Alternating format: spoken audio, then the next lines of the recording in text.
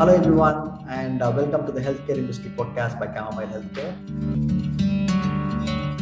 Hi, everyone. Welcome to the Healthcare Leadership Podcast. I'm Raghav, the CEO of Camomile Healthcare, and today we have Karthik Rajagopal with us to talk to us about what the healthcare industry landscape is going to look like in India and abroad. Karthik is a veteran in the is a veteran in the healthcare industry. He's been at the helm of affairs of leading hospital groups in India, Middle East, and other regions. He brings a wealth of experience on marketing, branding, and even and on operating complex healthcare facilities. He's currently the COO of Manipal Hospitals, the third largest hospital group in India. Thank you, Karthik. Thank you for being on this podcast. Pleasure to have you. Thanks, Raghu. Thanks for having me on the show. And good morning. Thank you. What really defines marketing in hospitals, and how do hospitals differentiate themselves to get the share of the market in the defined clinical specialties? I think the one thing that I would like to go ahead and tell you is, look, it's just not the external piece, unlike other industries. There is a significant internal piece that actually comes in, and therefore, you will have to go ahead and look at the brand experience throughout the journey, be it from when the patient is funneled into the system and when the patient is internal to the system as well. So service excellence, I think, as a domain has become very, very significant in today's healthcare context. So the internal marketing bit of it, the internal service delivery, the way we actually go ahead and take care of the patient becomes very important, because it is researched time and again that the biggest influence in a patient choosing a healthcare provider is the influence of the family and friends, rather than marketing or sales or advertising, etc. However, communicating what you have, communicating what is your area of expertise is very, very critical in healthcare, because sometimes patients perceive healthcare brands to be of a specific kind. They're actually good in certain specialties, etc. Earlier on, maybe about 2 decades back, it was about going ahead and looking at selling your services, maybe to corporates, maybe to doctors, maybe to smaller nursing homes and hospitals, who may not be able to manage the patient beyond a certain point in time. They will need to really look at subletting that to a tertiary super specialty hospital. That happened. There was more of sales, less of marketing and brand. Then the shift slowly started happening to marketing, where we call that the port play, which was print, outdoor, radio, and television. That's something that actually went ahead and happened in a very, very big way. Yet there was the overall brand experience was never spoken about. Slowly today, if you actually go ahead and look at it, from sales to marketing to the branding function, which is very, very evolved in categories like FMCG, categories like consumer durables, etc., automobiles. Today, hospital marketing is also shifting the branding way, where the overall brand experience is something that's actually given much, much more importance than a particular vertical within the large genre of sales and marketing. So that's how I put it. So a lot of marketing actually happens after the patient comes in, and then the PR and the word of mouth, I think, plays an extremely important role. Absolutely, Raghu. I mean, when Disney wrote its book, if Disney were to run your hospital, in that they refer to a particular piece called dinner conversations.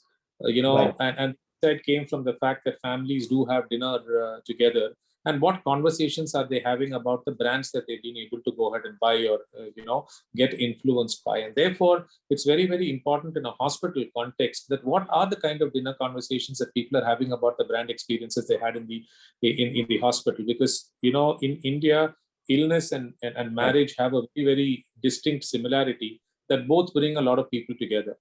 If you're just recovering from an illness or back home, there are a lot of visitors for you, just like how when someone gets married. So what are the kind of brand experience are patients sharing with that large number of people who come and meet them is very, very important. So therefore, consciously, I think the internal piece, the service excellence piece, becomes a very, very important part of the overall, brand play, rather than, being very, very attractive on your advertising and marketing, getting patients inside, and that external promise not getting translated internally. So I think they will all have to go together. Absolutely. And with the emergence of social media, how important a role is it creating in attracting patients and giving that experience? Because a lot of people are, I think, doing their research online, googling, looking at Facebook pages, looking at, Twitter before they even visit a hospital. See, Raghu, hospitals marketing will continue to remain a lot physical and continue to remain a lot digital as well. So I think it's a combination of the two. And as far as social media and as far as the others are concerned, the influence is more on the negativity rather than the positivity.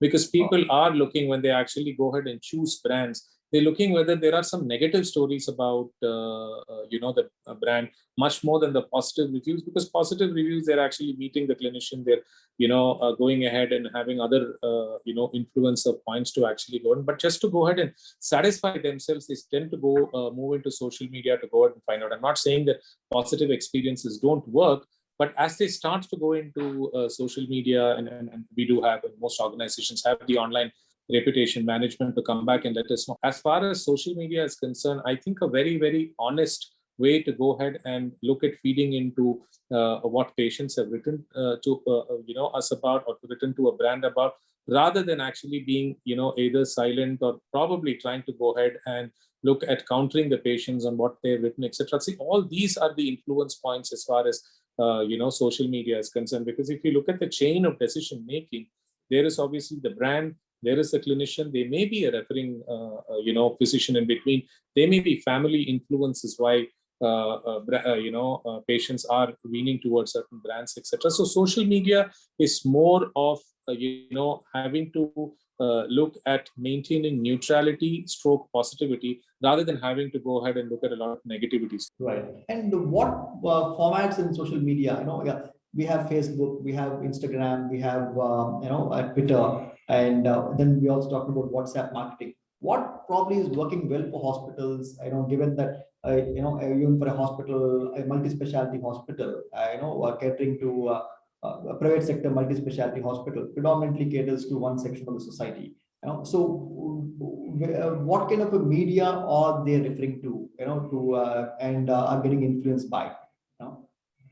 Raghu, I mean, we in the digital world, there are the three V's, which is vernacular, voice, and video. And if you really look at going ahead and seeing what works, what does not work in digital media today, the analytics is far more clear to us. It's very visible to us. So it's not something that you're just in social media or you're just in digital media, you're very, very successful, because there are certain types of news, there are certain types of content that appear typical winners. There are other types of content actually which the patients kind of reject. It's almost like a movie where we believe we've got all the right ingredients, but it's not very successful. So I think as far as Manipal is concerned, we are around everywhere across video. We do a lot of video content because that's something that patients tend to actually go ahead and look at absorbing as far as healthcare is concerned. We do a lot of blogging and relevant blogging on issues that probably will be, which we think will be of a great interest. We are around across all social media channels. LinkedIn is becoming a very, very important connect point for the medical practitioners as well, and hospital brands. Not very, very significantly used in India as much as it's used abroad. But I think that's emerging as one of the main lines as far as social media is concerned. There is a very serious audience over there, that if your content or the audience in which your messaging is not great, what you might have a very, very successful medium, but it's a recipe for failure. Right. Amazing. I think that puts the context so well. So I think it's primarily about understanding who your customer is and where is he spending the most time, and what kind of a content does he or she want to see. So connecting with them, I think, is emerging to be the critical thing out here. Yeah, I think that's a great point. And our hospitals like Manipal, Apollo, Fortis, do get a lot of patients from other cities, and some of them from rural areas, because they do not have the kind of infrastructure or kind of medical equipment and doctors out there. So they travel hundreds of miles and come to Bangalore or Hyderabad or Chennai or other cities. So how do you actually get across to them? How do they find your hospital? See, even today, I think we know of hospitals in Chennai and Bangalore where almost 40 to 50% of their patient volume, inpatient and outpatient volume, is actually from outside the city, and which is, I think, very peculiar to probably India and some other countries. But in most other parts of the world, the more developed economies, I think healthcare is predominantly local, right? I think it'll be interesting to know your perspective on that.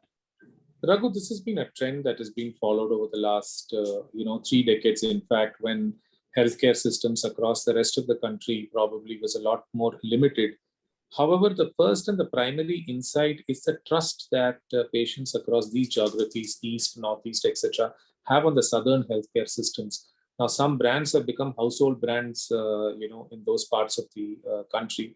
The trust in the brand is tremendous, be it, Apollo, be it Manipal, be it, Narayana Hridayalaya.